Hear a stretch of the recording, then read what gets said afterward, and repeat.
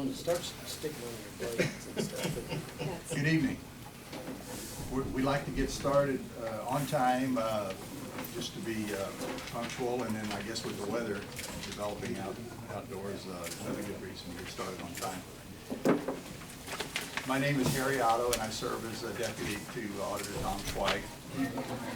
I have with us this evening Spence Jackson, who's our media director, and Julie Molden, who was what we call the auditor in charge. Hold on just a minute. Beth, the microphone's not working or something.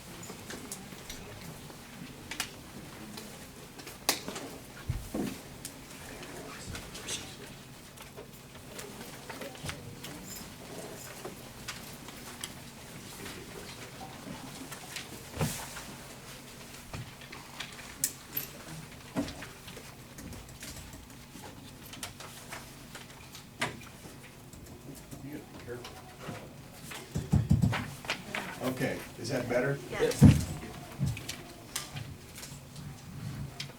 I may hold this just to be sure you can hear me. If you can't hear me, raise a hand and I'll speak up. Here's kind of how the meeting structure for these public deliveries of initiative petitions generally go. We'll go through the findings, the recommendations. We'll have some time for questions. We'll ask that you hold those till we get through. This is, as you know, a petition audit, and a petition audit's a clear example of democracy in action. The citizens, by signing a petition, can vote to have their state auditor's office come and do an audit of the city. It's the number of signatures are dependent upon the state statute. You needed 354 valid signatures. You had 356 valid signatures that were certified by the election authority, so here we are. We considered all of the concerns that were raised by the chief petitioner here. We looked at other concerns as well. Ultimately, the scope of the audit is determined by the auditor's office and not necessarily by the petitioners. We use our professional judgment to determine what direction those findings take us. Sometimes the findings will cause us to readjust the scope of the audit and the time frame that we spend. The period audited was fiscal year ended September 30th of 2012. If we noted any pertinent issues after that date, we mentioned those. Usually issues that occurred before that were outside the scope of the audit. There were over 1,100 hours expended on this audit. We were wondering about that earlier. Over 1,100 hours. Originally, we had estimated the cost somewhere in the range of $35,000 to $50,000, and it's going to be very close to that $50,000 number when we finish. Many issues were discovered, but no evidence of fraud or theft was uncovered. That's not an absolute guarantee that no fraud or theft ever occurred, but we did not find any evidence of it. The current Board of Aldermen and the Mayor have accepted and agreed to implement most all of our audit recommendations. We hope the focus will be on improving city operations for the future and not laying blame and worrying about the past. Overall, we gave this audit a rating of poor, and that's the lowest rating we hand out. It's poor, fair, good, or excellent. And since it is a poor rating, we will be back, and we'll talk about that a little bit later with what we call our follow-up trip. Our public deliveries usually run about an hour. You have what we call a citizen summary in front of the audit report that was furnished to you. You also have the audit report. And as I go through, I'm going to try to reference the report page to my comments, and hopefully we can kind of sync out and be together as we go through, if I can continue to give you page numbers. So we're going to start with the finding number 1, water and sewer systems, and that's your page 8. The prior boards of aldermen failed to properly address a weak financial condition of the combined water and wastewater fund. Since at least August of 2006, the city has not funded reserve accounts as required by bond covenants of the Water and Sewer Fund revenue bonds.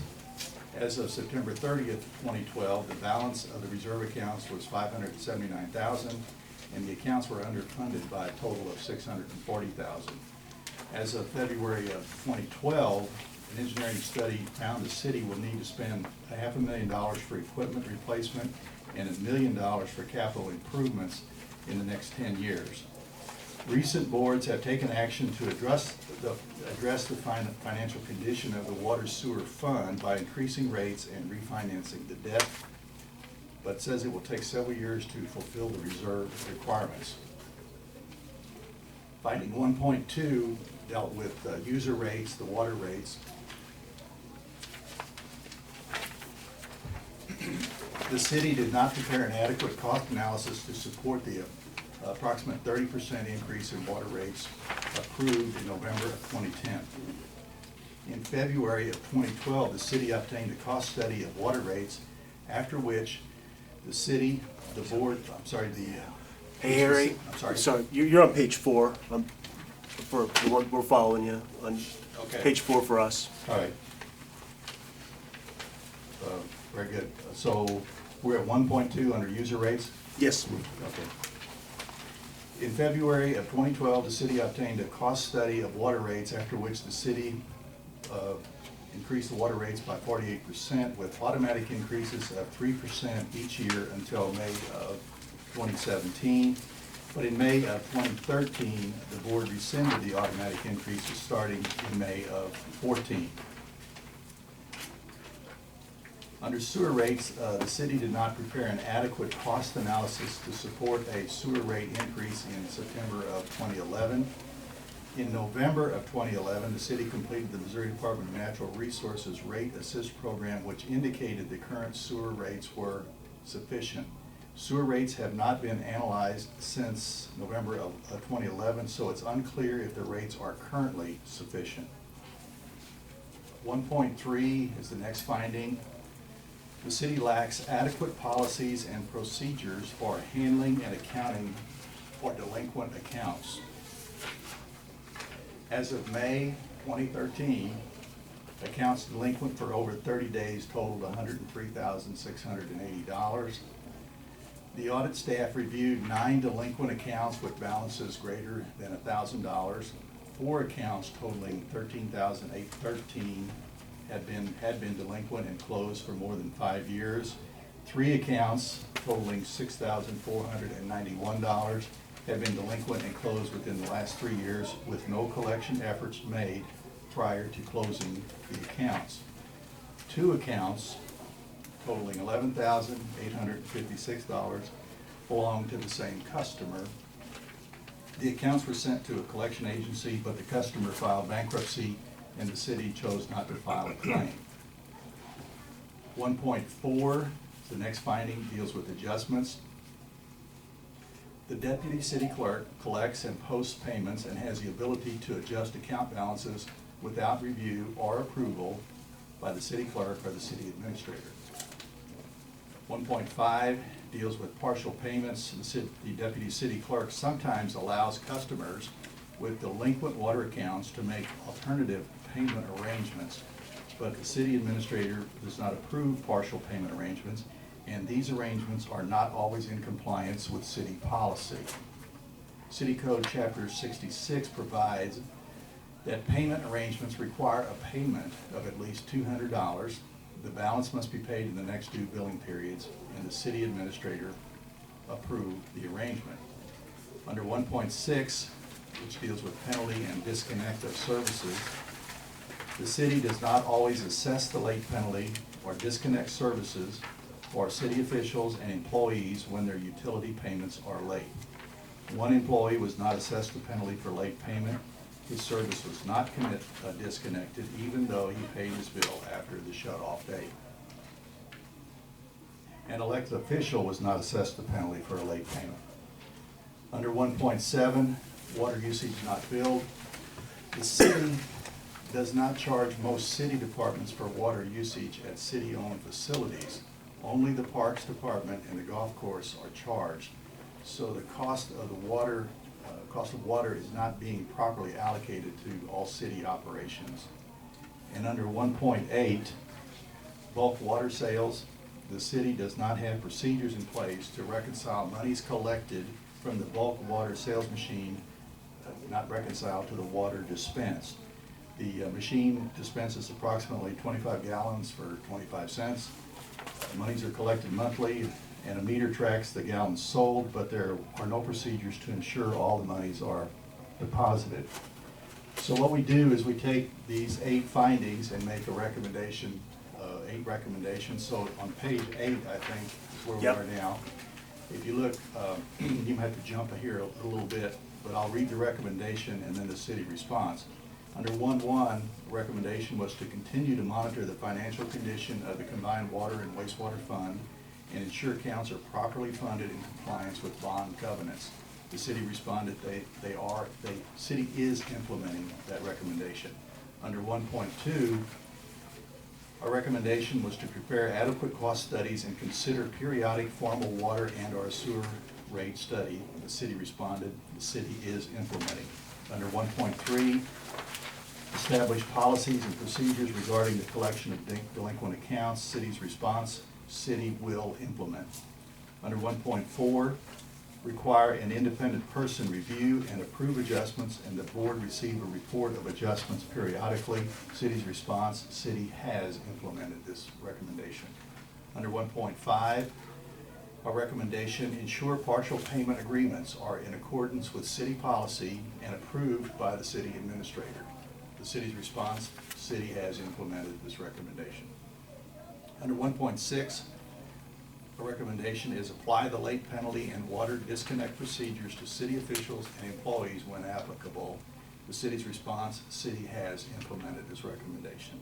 1.7, charge all city departments for water consumption at city-owned facilities. The city's response on this one is, the city will take this recommendation under advisement. Under 1.8, our recommendation, develop reconciliation procedures to ensure revenue from the bulk water sales machine is deposited and reasonable. City's response was the city has implemented this recommendation. That's finding number 1. Finding number 2, which I think is on your page 10, deals with accounting controls, records, and procedures.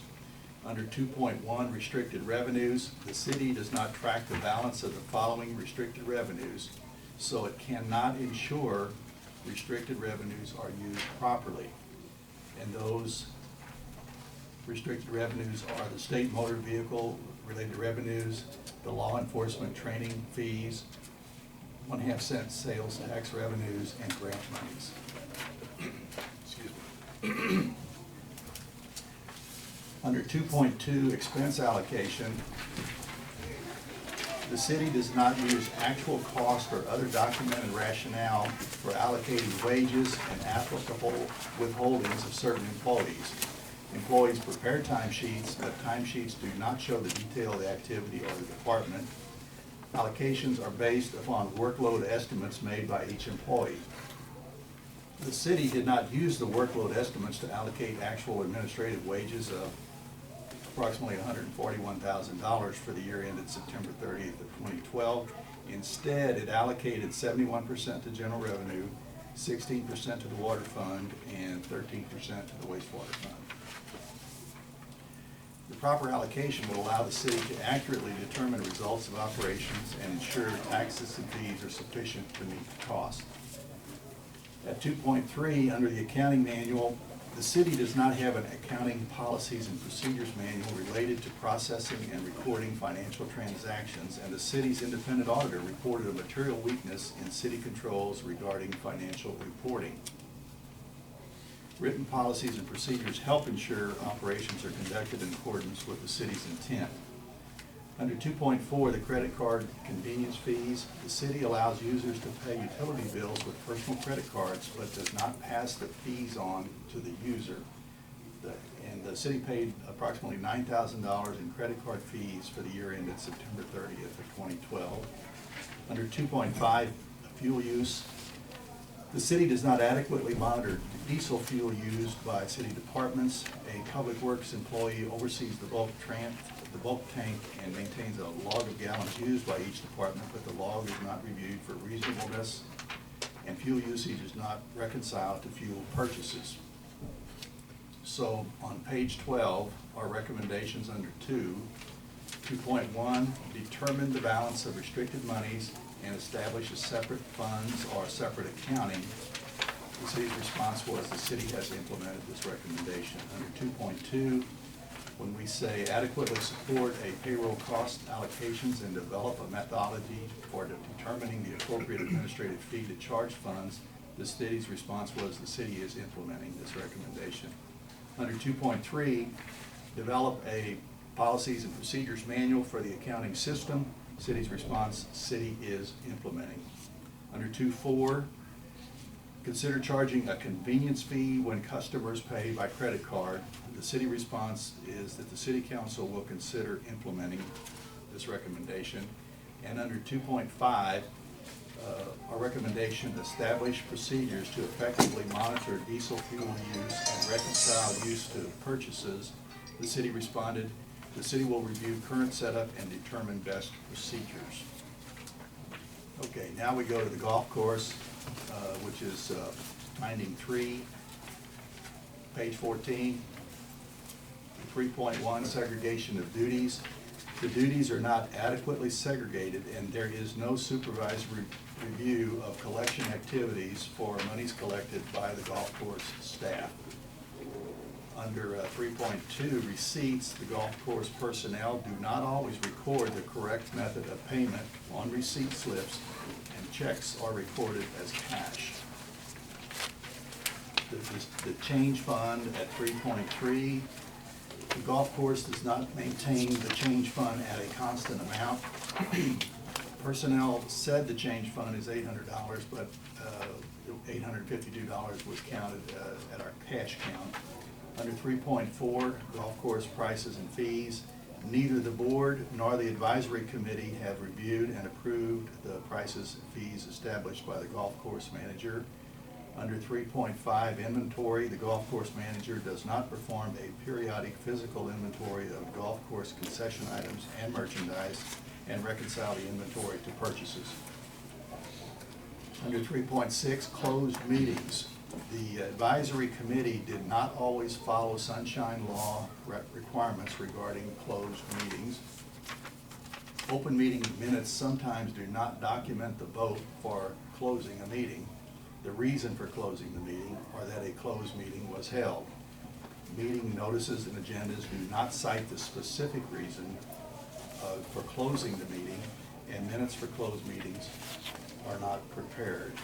So our recommendations under the golf course area, which are on page 16, 3.1 recommendation was segregate accounting duties and or perform timely supervision or independent reviews. The city responded, the city is implementing that recommendation. Under 3.2, record the method of payment and reconcile to the composition of deposits, and the city responded, we have implemented this recommendation. Under 3.3, a recommendation, maintain the change fund at an authorized amount, periodically count and reconcile the fund.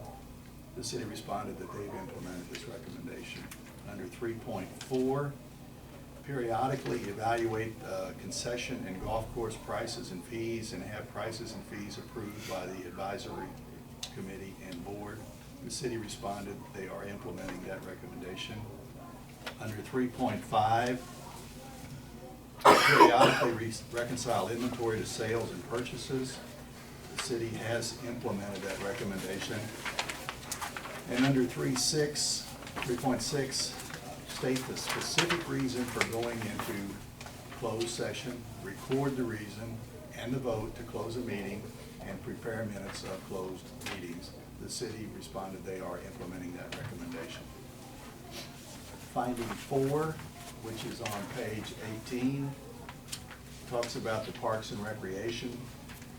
And our first finding there deals with the segregation of duties.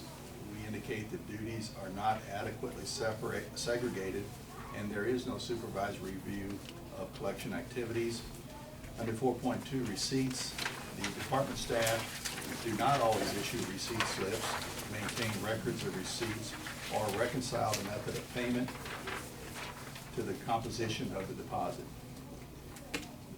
Our audit staff reviewed 14 deposits. For 6, the cash register tapes exceeded the deposit, while for 8, the deposit exceeded the cash register tapes. The cash register tape showed $12,466 was collected, but $11,193 was deposited for a shortage of $1,273. Under 4.3, concession prices and pool fees, the park board has not reviewed and approved concession prices and pool fees established by the director. Under 4.4, written agreements, the park board does not have a written agreement with various organizations, including the local school district, for the use of the city baseball field, sports complex, operation of a youth program, or city maintenance of athletic fields for the school district. Chapter 432.070 RSMO requires agreements for political subdivisions to be in writing. Under 4.5 deficits, the park board approved deficit fund balances for the parks and recreation certificates of participation fund budgets. Budgeted ending fund balance in 2013 was a negative $53,514, and the 2012 negative was $49,998. Under 4.6 budgeted expenditures, the park board does not adequately review and monitor monthly budget to the actual reports and amend the budget when necessary. Under 4.7 annual reports, the park board has not submitted an annual report of operations to the city as required by Chapter 90.560 RSMO. So here are our recommendations. I think they're on your page 21. 4.1 is segregate duties and/or perform timely supervision or independent review. The response is city is implementing. 4.2, prepare receipt logs and/or pre-numbered receipts, record the method of payment, reconcile the composition of receipts to deposits, and ensure cash register tapes for pool receipts are reconciled to deposits and differences promptly investigated. The city's response, city is implementing. Under 4.3, periodically evaluate concession prices and pool fees and have the park board approve prices and fees. The city's response, city is implementing.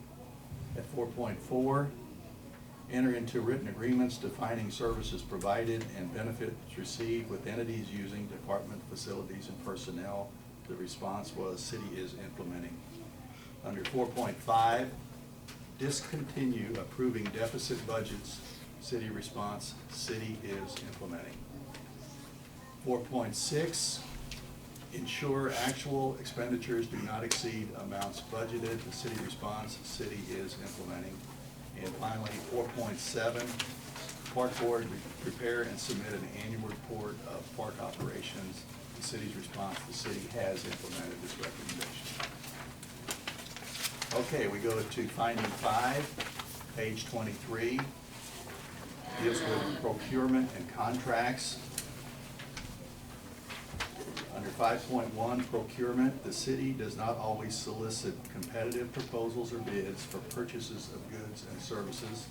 The city code, chapter 25, requires bids to be obtained for supplies and contractual services estimated to cost more than $2,500.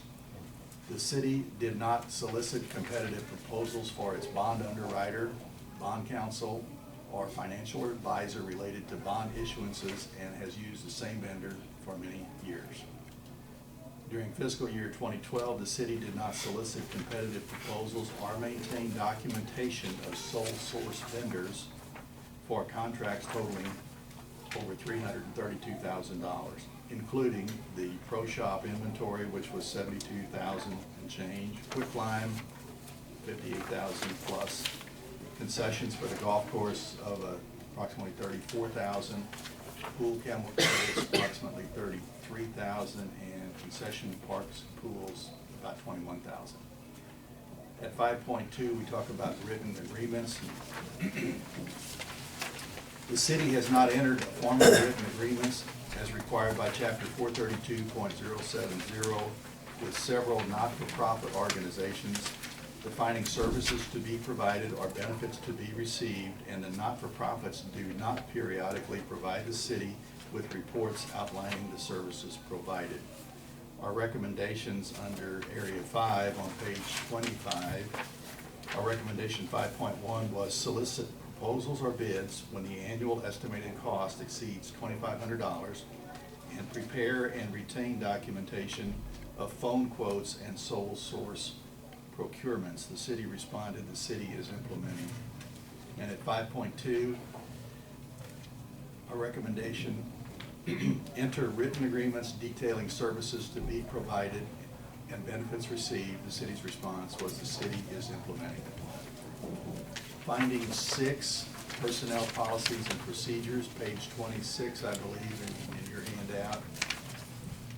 6.1 talks about taxable benefits. The city does not report certain taxable benefits on employees' W-2 forms as required by IRS guidelines.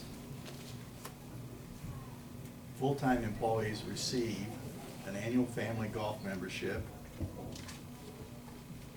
family swimming pass, free rental of the Glasby Center, and employees with 20 or more years of service are provided 2 cemetery plots.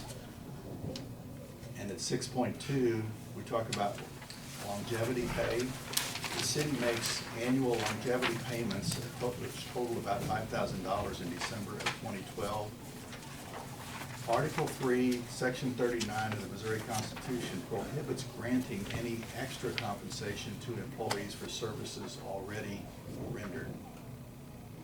Under 6.3, unemployment claims, the city failed to protest former Alderwoman George's and Alderwoman Bonfleu's claims for unemployment benefits, and the city was required to pay a total of $1,445, but compensation paid to elected officials is not subject to unemployment claims.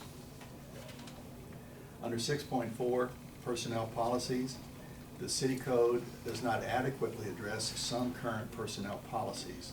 Personnel policies provide the city clerk and other administrative and supervisory positions are not entitled to compensatory time, but during 2012, they were paid a total of $5,737 for 264 hours of compensatory time and took compensatory leave of 349 hours, which totaled $6,709.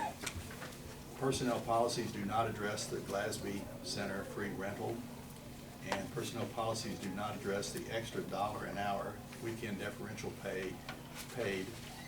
So our recommendations on page 28, 6.1, first recommendation, ensure taxable benefits are reported on employees' W-2 forms.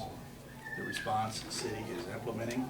6.2, discontinue longevity payments. The city's response is the city is seeking legal advice on longevity pay.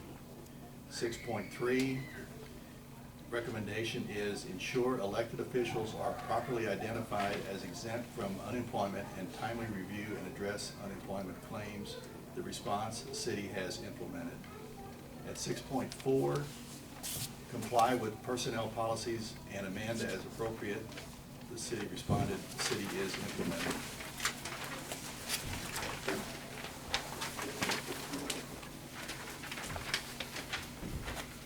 Okay, we go to finding 7, page 29, deals with notices and agendas, closed meetings. The board uses the same statement in each meeting, notice or agenda, rather than citing the specific reason for a closed meeting, which appears to circumvent the intent of 610.022 RSMO. That's the Sunshine Statute. At 7.2, under allowable topics, the board discussed some items in closed meetings that are not allowed by state law, including employee chain of command, police involvement with the Missouri Uniform Enforcement System, bidding the city attorney position, and suspending the recycling program. At 7.3, under specific reason, the board sometimes discussed issues during closed meetings other than the specific reason cited for closing the meeting. So our recommendations under 7.3, which show up on your page 30, at 7.1 we say, recommend they ensure meetings, notices, agendas state the specific reason for going into a closed meeting. And the city responded, the city will review the current notice and is seeking a legal opinion. At 7.2, a recommendation, ensure issues discussed in closed meetings are allowed by law. The city's response is the city will implement that recommendation. At 7.3, our suggestion or recommendation, limit issues discussed in closed meetings to only those cited for closing the meeting. The response is the city will implement. Under finding 8, which is on page 30, 8.1, user identification and passwords. The city does not adequately restrict access to computer software system. Separate user identification and passwords are not required to log onto the system. City Hall employees share a user ID or password, and passwords are not required to be changed periodically. At 8.2, under security controls, the city computers do not lock after a certain period of inactivity. 8.3, contingency plan and data backup. The city has not developed a formal written contingency plan for resuming operations in the event of a disaster. The city does not store backup data at a secure off-site location or periodically test the backup data. So our recommendations at page 31 are under 8.1 require a unique user identification and passwords and require that they be changed periodically. The city's response, the city has implemented.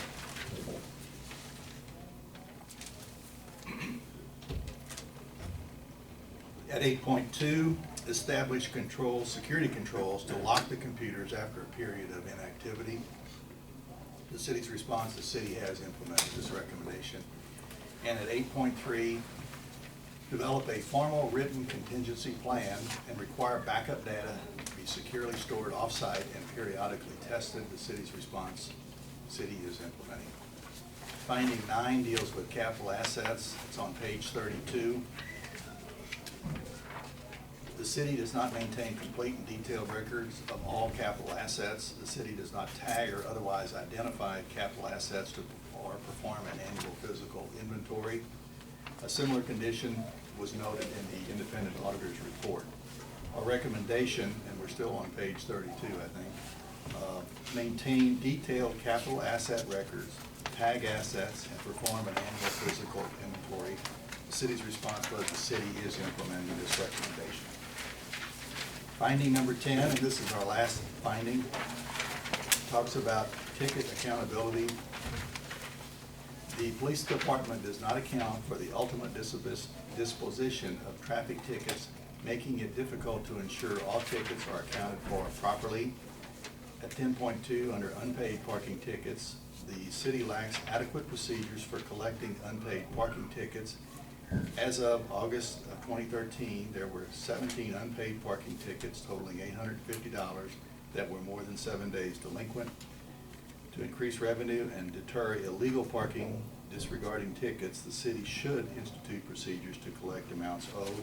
So our recommendation at 10.1 is at page 34. Ensure the police department properly accounts for the ultimate disposition of all tickets issued. The city's response, the city is implementing.